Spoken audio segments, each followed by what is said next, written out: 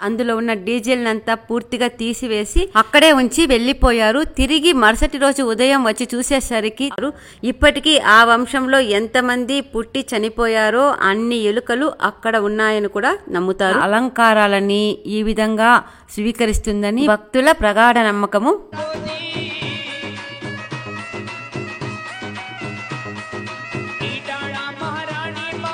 వాళ్ళు ఇలాంటివి చూడ్డానికి భయపడే వాళ్ళు ఆ టెంపుల్ కి వెళ్లకుండా ఉండడమే ఉత్తమము.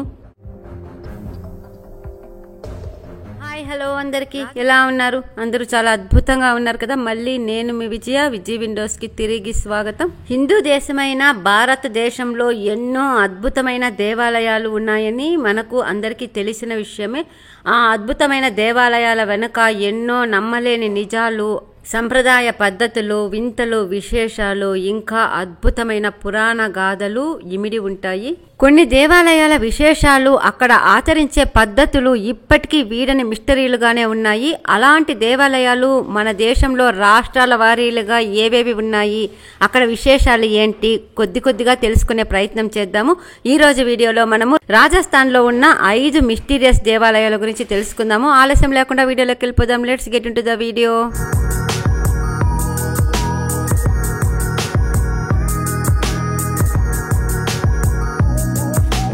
రాజస్థాన్ మిస్టీరియస్ దేవాలయాల్లో నెంబర్ 5 బుల్లెట్ బాబా మందిరము. ఇది జోధ్పూర్ నుండి పాలీకి వెళ్లే దారిలో ఉన్న చోటిల్లా అనే గ్రామంలో ఉంటుంది. ప్రపంచంలో ఎక్కడా లేని విధంగా ఒక బుల్లెట్ బండికి గుడి కట్టి ఇక్కడ పూజిస్తూ ఉంటారు. ఆ రోడ్డుపై వెళ్లే ప్రజల్లో చాలా శాతం మంది వందల సంఖ్యలో ప్రతిరోజు ఆ రాయల్ ఎన్ఫీల్డ్ బుల్లెట్ బండికి పూజలు చేసుకునే వెళ్తూ ఉంటారు. అద్దాల గదిలో ఉన్న ఆ బుల్లెట్ బండితో పాటు ఆ పక్కనే ఓం బన్నా అనే రాజపూత్ యువకుని ఫోటోకి కూడా పూజలు చేసుకుంటూ ఉంటారు. కొందరైతే మందుని కూడా ఆ బుల్లెట్ కి ప్రసాదంగా సమర్పించుకుంటూ ఉంటారు.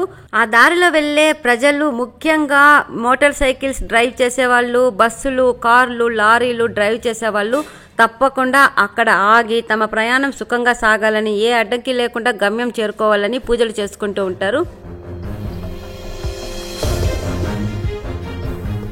సరిగ్గా 35 ఏళ్ల క్రితము RNJ 777-3 అనే రాయల్ ఎన్ఫీల్డ్ బుల్లెట్ బండి పైన రాజ్పూత్ వంశానికి చెందిన ఓం బన్నా అనే అతను జోధ్పూర్ పారీ రోడ్ లో ఉన్న చోటిల్లా అనే గ్రామం దగ్గర వెళ్తూ ఉన్నప్పుడు అతడు ఒక చెట్టుకి ఢీకొని ప్రాణాలు వదలడం జరిగింది. పోలీసులు ఆ ప్రదేశానికి వచ్చి చూసి ఆ 2 వీలర్ ని తీసుకుని పోలీస్ స్టేషన్ లో పెట్టి మరుసటి రోజు చూసుకుందామని వెళ్లిపోయారు.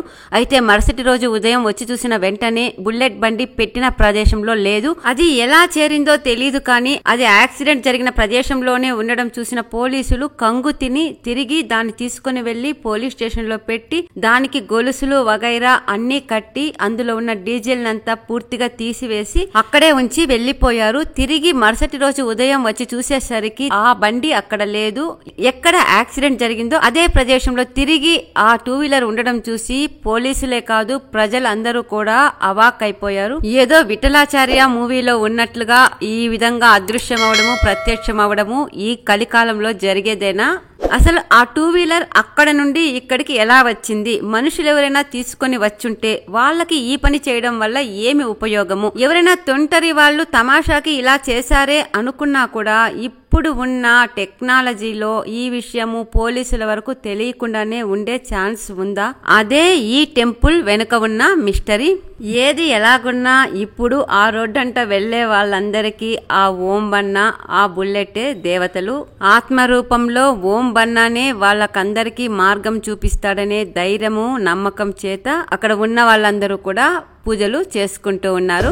మీరు కూడా ఎప్పుడైనా రాజస్థాన్ టూర్ కి వెళ్తే ఈ మిస్టీరియస్ టెంపుల్ ని చూసేయండి.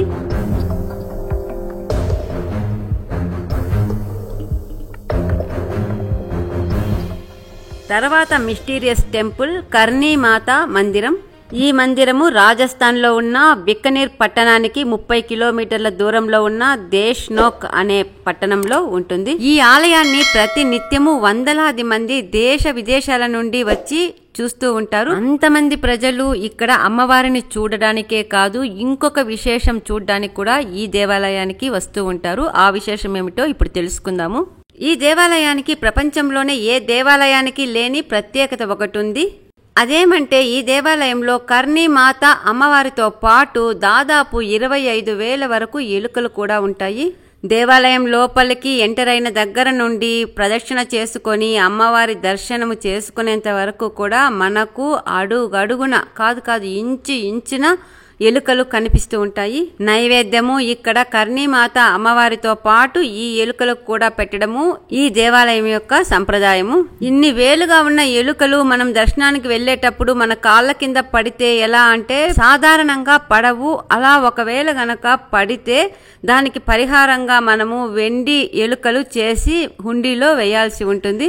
అన్ని వేల ఎలుకలు ఈ దేవాలయంలో ఎందుకు ఎలా అంటే ఒక నిజంగా జరిగిన కథని చెబుతారు. 14వ శతాబ్దంలో ఇక్కడికి దగ్గరలోనే ఉన్న ఒక కుగ్రామంలో అమ్మవారి పైన అపార భక్తి కలిగిన ఒక జంటకి కర్ణీమాత దైవిక శక్తి కలిగిన ఒక పాపగా జన్మించింది. చిన్నప్పటి నుంచే ఎన్నో అద్భుతాలు చేస్తూ పెరిగిన ఆ పాపకి యుక్త వయసు రాగానే పెళ్లి చేయడం జరిగింది. సంసార విరక్తి కలిగిన కర్ణీమాత తన చెల్లెలినే తన భర్తకిచ్చి వివాహం చేసింది. వారిద్దరికి కలిగిన సంతానము 4 కుమారులలో లక్ష్మణ అనే కుమారుడు ఒకసారి నీటి కోసము సరస్సుకు వెళ్లి అందులో పొరపాటున కాలు జారి పడి చనిపోతాడు. కుమారుడు మరణించిన దుఃఖాన్ని తట్టుకోలేకపోయిన కర్ణీమాత ఇప్పుడు ఆలయము గర్భగుడి ఉన్న ప్రదేశానికి వచ్చి యమరాజుతో తన కుమారుని ప్రాణాన్ని తిరిగివ్వాల్సిందని ప్రాధేయపడింది. అయితే యమరాజు ఈ జనన మరణ చక్రాలను తప్పించడం ఎవరి సాధ్యమూ కాదని అతని ప్రాణాలను తిరిగి ఇవ్వడం కుదరదని చెబుతూ ఆమె దుఃఖానికి కొద్దిగా ప్రసన్నుడయ్యి ఒక ఎలుక శరీరంలో లక్ష్మణ ఆత్మని ప్రవేశపెడతాడు. దీనికి ఎంతో సంతోషించిన కర్ణీమాత ఇకపై తన వంశస్థులెవ్వరూ యమరాజు దగ్గరికి రారని అందరూ ఎలుకలుగా మారి తనతో ఈ దేవాలయంలోనే ఉంటారు అని చెప్పి సెలవు తీసుకుంటుంది. ఆ విధంగా ఆమె వంశంలో పుట్టిన వాళ్ళందరే ఎలుకలుగా మారుతారని చెబుతారు. ఇప్పటికీ ఆ వంశంలో ఎంతమంది పుట్టి చనిపోయారో అన్ని ఎలుకలు అక్కడ ఉన్నాయని కూడా నమ్ముతారు. ఈ విధంగా ఎన్నో అద్భుతాలు చేసిన కర్ణీమాత 151 సంవత్సరాలు జీవించి 1538వ సంవత్సరంలో పరమపదించడం జరిగింది. జునాగఢ్ బికనీర్ రాజవంశస్థులకి కులదేవతగా ఉన్న కర్ణీమాత ఆ 2 నగరాలకి పునాది రాళ్లు వేసిందని కూడా చెబుతారు. ఇప్పటికీ తన భక్తుల కోర్కెలను తీర్చే ఎలవేల్పుగా ప్రసిద్ధికెక్కిన ఈ కర్ణీమాత ఆలయము ఎలుకల దేవాలయంగా టెంపుల్ ఆఫ్ ర్యాట్స్ గా ప్రపంచ ప్రసిద్ధి పొందింది. ఇక్కడికి వచ్చిన భక్తులు అమ్మవారితో పాటు అమ్మవారి సంతానంగా భావించే ఈ ఎలుకలను కూడా పూజాభావంతోనే చూస్తూ ఉంటారు. ఎలుకలు ఎక్కడో కలుగుల్లో ఉంటే కూడా కరెక్ట్గా అమ్మవారికి నైవేద్యము పెట్టి హారతి ఇచ్చే సమయానికి అన్ని కూడా వేల సంఖ్యలో అమ్మవారి ముందు చేరుకుంటాయి. ఈ దేవాలయంలో ఇన్ని వేల ఎలుకలు ఉంటే కూడా చుట్టుపక్కల చూసినప్పుడు అతి కొద్ది దూరంలో ఉన్న ఇంకో భవనంలో కూడా అస్సలు ఎలుకలు ఉండవు. అదే విధంగా ఇన్ని వేల ఎలుకల మధ్యలో తిరగాడిన పూజారులకు కానీ అక్కడ ఎప్పుడు పనిచేసే వాళ్లకు కానీ ఎలుకలు ఎంగిలి చేసిన ఆహారం తింటే వస్తాయని చెప్పే ప్లేగు లాంటి జబ్బులు అస్సలు రాలేదు. ఈ ఆలయం గురించి ఒక కొసమెరుపు అయిన విషయం ఏమంటే ఈ ఆలయంలో ఉన్న ఎలుకల్లో కొన్ని తెల్ల ఎలుకలు కూడా ఉన్నాయి. ఎవరైనా వెళ్ళినప్పుడు ఆ తెల్ల ఎలుక కనిపించినట్లయితే సాక్షాత్తు మహాలక్ష్మి అమ్మవారే కనిపించినట్లుగా భావించి వారికి లక్ వస్తుందని నమ్ముతూ ఉంటారు.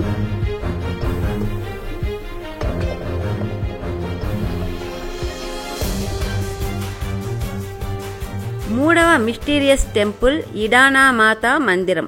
రాజస్థాన్లో లేక్ సిటీగా పేరు పొందిన ఉదయ్పూర్కి 60 కిలోమీటర్ల దూరంలో ఈ ఇడానా మాతా మందిరాన్ని మనము చూస్తాము. 500 ఏళ్ల క్రితము ఉదయ్పూర్ని పరిపాలించిన మేవాడ్ రాణి ఈ ఇడానా మాతా మందిరాన్ని నిర్మించినట్లుగా చెబుతారు. ఈ అమ్మవారికి పక్షవాతం వచ్చిన వాళ్ళకి బాగు చేసే అమ్మవారిగా పేరుంది. ఎవరికైనా సరే పెరాలసిస్ వచ్చిన తర్వాత ఈ అమ్మవారికి మొక్కుకొని ఈ దేవాలయంలో పూజ చేసుకుని ఇక్కడే 1-2 రోజులు నిద్రించినట్లయితే ఆ వ్యాధి పూర్తిగా నయమైపోయేది. ఈ విధంగా నయమైన భక్తులు తండోపతండాలుగా రావడంతో ఇక్కడ అమ్మవారి ఆలయము ఎంతో ప్రసిద్ధి పొందింది. దీనితో పాటు ఇంకొక విచిత్రమైన విషయం కూడా ఈ ఆలయం ప్రసిద్ధి పొందడానికి కారణమయ్యింది.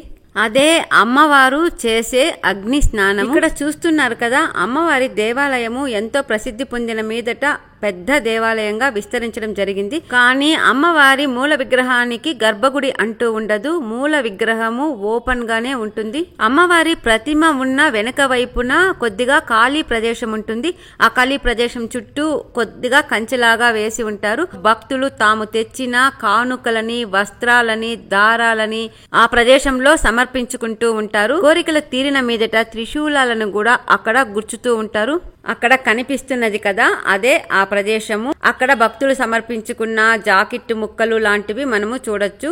ఆ ప్రదేశం అంతా కూడా అలాంటి కానుకలతో నిండిపోయి ఉంది. సాధారణంగా భక్తులు సమర్పించే కానుకలు ఈ విధంగా ఎక్కువైనప్పుడు వేరే ప్రదేశానికి చేరవేస్తూ ఉంటారు. అయితే ఈ దేవాలయంలో ఎంత నిండిపోయినా కూడా ఈ కానుకలను వేరే ప్రదేశానికి పంపడం జరగదు.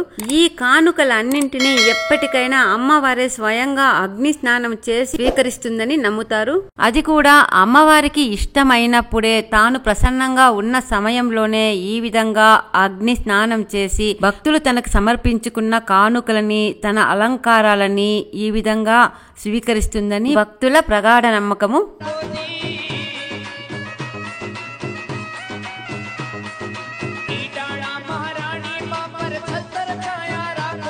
అక్కడ అగ్గి ఏ సమయంలో పుడుతుందో ఎవరికీ తెలీదు. ఎప్పుడంటే అప్పుడు, అది నెలకు 2 సార్లు కావచ్చు, లేదంటే సంవత్సరానికి ఒక్కసారి కూడా కావచ్చు. ఎప్పుడంటే అప్పుడు ఉన్నట్టుండి పొగ స్టార్ట్ అవుతుంది. ఆ పొగలో నుండి మంటలు ఎగసి తిరిగి కొద్ది కాలంలోనే ఆ మంటలన్నీ తగ్గిపోతాయి. కొన్ని వందల ఏళ్లుగా పైన చూపిన విధంగా ఒక పెద్ద కొండ పైభాగాన ఉన్న ఒక శిలలో అమ్మవారి ఆకృతి కనిపించినప్పటి నుండి ఈ విధంగా అగ్ని స్నానం చేయడము కనిపిస్తూ ఉందని స్థానికులు చెబుతారు.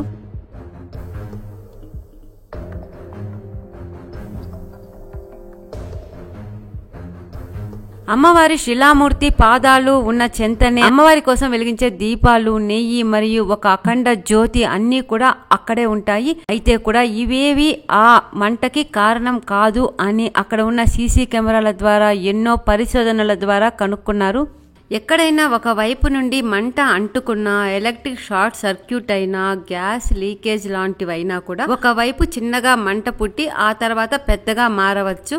అయితే ఇక్కడ వచ్చే మంట మాత్రం మొదటగా మధ్యలో నుండి ఒక చిన్న పొగ ప్రారంభమవుతుంది. చిన్న పొగ కొద్దిసేపటికే పెద్ద మంటగా తయారవుతుంది. దాదాపు 10 అడుగుల వరకు వెళ్లే ఈ అగ్ని కీలలు తిరిగి కొద్ది నిమిషాల్లోనే చల్లగా చల్లారిపోతాయి, ఎవరి ప్రమేయం లేకుండానే. అక్కడ ఉన్న ఎండ వేడిమికి, సిల్క్ బట్టలకి మధ్య ఏదైనా కెమికల్ రియాక్షన్ జరిగి అగ్గి పుట్టి ఉండొచ్చేమో అంటే కూడా అది ఏదో 1-2 సార్లు జరగచ్చు. కానీ ఇలా ఇన్ని సంవత్సరాలుగా జరగడం అంటే అది ఒక మిస్టరీనే అని అక్కడి ప్రజలందరూ నమ్ముతూ ఉంటారు.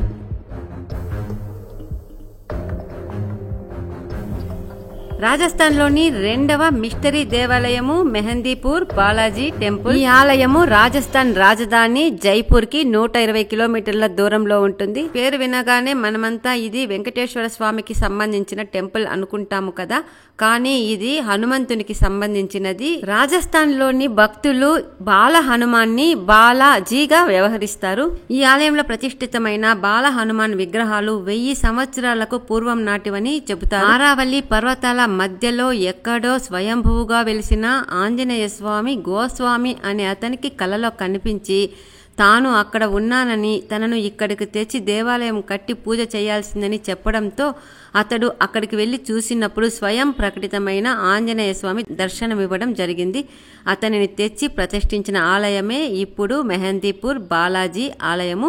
ఆ తర్వాత కాలంలో 19వ శతాబ్దంలో బాబా బాలక్నాథ్ అనే బ్రాహ్మణుడి చేత నిర్మించబడిన ఈ బాల హనుమాన్ ఆలయము అత్యంత శక్తివంతమైన స్పిరిచువల్ పవర్ కలిగిన ఆలయంగా దేశం నలుమూలల నుండి భక్తులను ఆకర్షిస్తూ ఉంది. ఈ దేవాలయం కట్టినప్పటి నుండి ఇప్పటి వరకు కూడా దీన్ని దర్శించిన వాళ్ళకి ఉన్న మానసిక, శారీరక రుగ్మతలు మరియు ఆత్మలు ఆవహించడం లాంటి రుగ్మతలు ఉన్న వారి సమస్యలన్నీ కూడా సంపూర్ణంగా నయమైనట్లుగా ఈ ఆలయ చరిత్ర చెబుతూ ఉంది. అన్నిటికంటే ముఖ్యంగా ఈ దేవాలయాన్ని దర్శించినంతనే ఆత్మలు శరీరాన్ని ఆవహించిన వారికి కూడా సంపూర్ణ స్వస్థత చేకూర్చే ఏకైక దేవాలయంగా దేశంలోనే ఈ ఆలయానికి పేరుంది. ఆధునిక సంప్రదాయ పద్ధతుల కలబొత్తతో కట్టిన ఈ ఆలయ నిర్మాణంలో బాల హనుమాన్ హనుమాన్ విగ్రహంతో పాటు మా కాళీ, భైరవ్ బాబా, ప్రేతిరాజ్ సర్కార్ వాళ్ళ విగ్రహాలు కూడా ఉంటాయి. బాలాజీకి పూజ చేసుకొని ఆయన చుట్టూ ఎప్పుడూ ఉండే నీటి కుంటలోని తీర్థాన్ని తలపైన వేసుకుని తీసుకున్న వెంటనే ఎన్నో వైద్యాలకు నయమవ్వని మానసిక, శారీరక, ఆత్మలకు సంబంధించిన రోగాలన్నీ కూడా నయమవుతాయని భక్తుల యొక్క ప్రగాఢ నమ్మకము.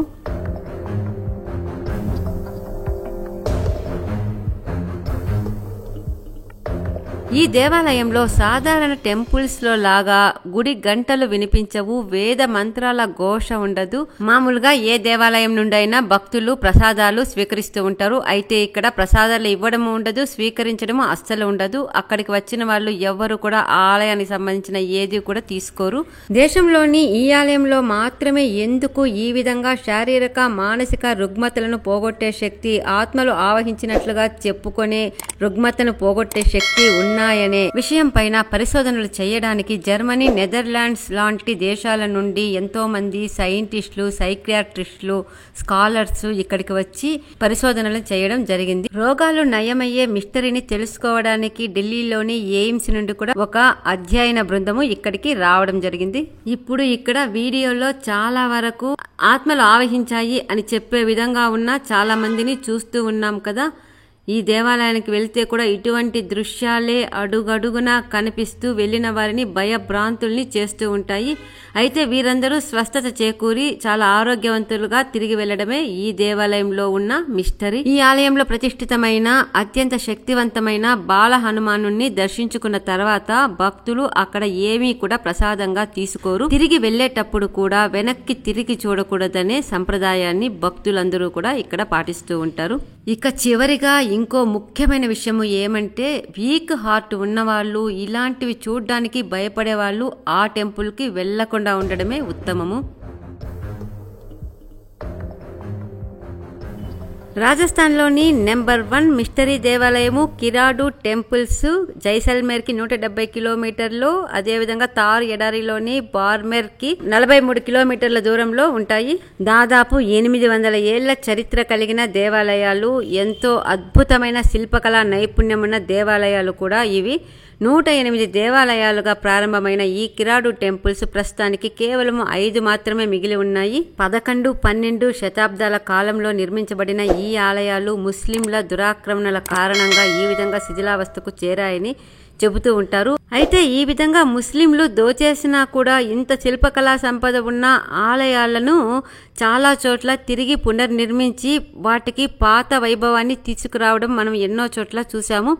అయితే ఇక్కడ మాత్రమే ఈ ఆలయాలు ఏ విధమైన ఆదరణ నోచుకోక శాపగ్రస్తల్లాగా ఉన్నాయి. ఒక విచిత్రమైన విషయము, ఈ దేవాలయాల దగ్గర కానీ చుట్టుపక్కల కానీ ఎవరు కూడా ఒక రాత్రి కూడా బస చేయరు. ఇక్కడ ఒక రాత్రి ఉన్న వారికి ఏదైనా కీడు జరుగుతుందనే నమ్మకము ఉండడము, ఆ నమ్మకానికి కొన్ని ఆధారాలు జత చేరడం చేత ఇక్కడ ఇంతవరకు ఎవ్వరూ కూడా స్టే చేసిన దాఖలాలు లేవు.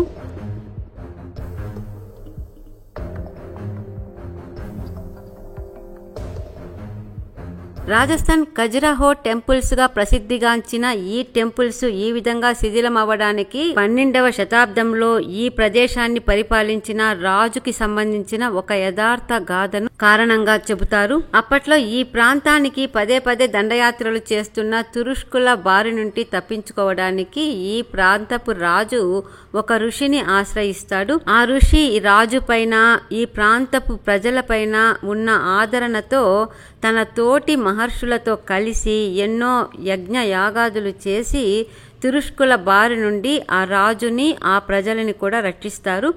ఆ తర్వాత వీళ్ళు వారి తరపున ఒక శిష్యుణ్ణి అక్కడ ఉంచి వారు దేశాటనకు వెళ్లిపోతారు. కొద్ది కాలానికి ఆ ఋషి తిరిగి ఈ ప్రాంతానికి వచ్చి తన శిష్యుణ్ణి కలిసినప్పుడు అవసాన దశలో ఉన్న శిష్యుణ్ణి గుర్తిస్తారు. చేసిన మేలు మరచిన రాజు, ప్రజలు కూడా మహర్షి వెళ్లిపోయిన తర్వాత శిష్యునికి అన్నపానాదులు కూడా ఇవ్వకుండా నిరాదరించడంతో అతను మరణదశకు చేరుకున్నాడని గమనించిన మహర్షి ఉగ్ర రూపం దాలుస్తాడు. పట్టరాని కోపంతో రాజు, ప్రజలు అందరూ కూడా రాళ్లు రప్పలుగా మారిపోతారనే శాపమిస్తాడు. అంతేకాకుండా ఆ ఊరు వల్లకాడుగా మారుతుందని, ఆ ఊరికి ఎవ్వరు వచ్చినా సరే రాళ్లు రప్పలుగానే మారిపోతారని కూడా శాపం ఇవ్వడం జరుగుతుంది. అయితే అక్కడ ఒక ముసలావిడ మాత్రం ఆ శిష్యుణ్ణి చాలా బాగా చూసుకునేదని, సపర్యలు చేసేదని తెలుసుకున్న మహర్షి ఆమెని వెనుదిరిగి చూడకుండా సూర్యాస్తమయం లోపల ఆ ప్రాంతాన్ని వదిలి వెళ్లిపోమని మహర్షి సలహా ఇస్తాడు. అలాగే వెళ్లిపోతూ ఆమె గ్రామం చివరి వరకు వెళ్లి ఏమవుతుందా అని ఉత్సుకతతో వెనుకకు చూస్తుంది. ఆమె అక్కడే అలా శిలారూపంగా మారిపోతుంది. ఆ శిల ఇప్పటికీ అక్కడ ఉందని చెబుతారు. ఇక అప్పటి నుండి ఈ ఊరికి ఎవ్వరూ రావడం కానీ చూడడం కానీ జరగలేదు. రాయిగా మారిపోవడం మాట అటుంచితే ఎవరైనా అక్కడ స్టే చేయాలనుకున్నా, బస చేయాలనుకున్నా కూడా వారికి ఏదో ఒక చెడు కీడు జరగడంతో ఆ శాపం ఇంకా పనిచేస్తూ ఉందన్న నమ్మకము ఇక్కడ ప్రజల్లో ఉండిపోయింది. అందుకే ఇంత అద్భుతమైన శిల్పకళ నైపుణ్యమున్న ఈ దేవాలయాలని చూడాలంటే ఎవరైనా మార్నింగ్ వెళ్ళి ఈవినింగ్ వచ్చేస్తూ ఉంటారు. అక్కడ కొద్దిసేపు ఉండాలంటే కూడా ఎవ్వరూ కనిపించడం కానీ, ఏదైనా తినడానికి తాగడానికి దొరకడం వంటివి కానీ జరగవు. అందుకే ఈ దేవాలయాలన్నీ కూడా కిరాడు మిస్టరీ దేవాలయాలుగా మిగిలిపోయాయి.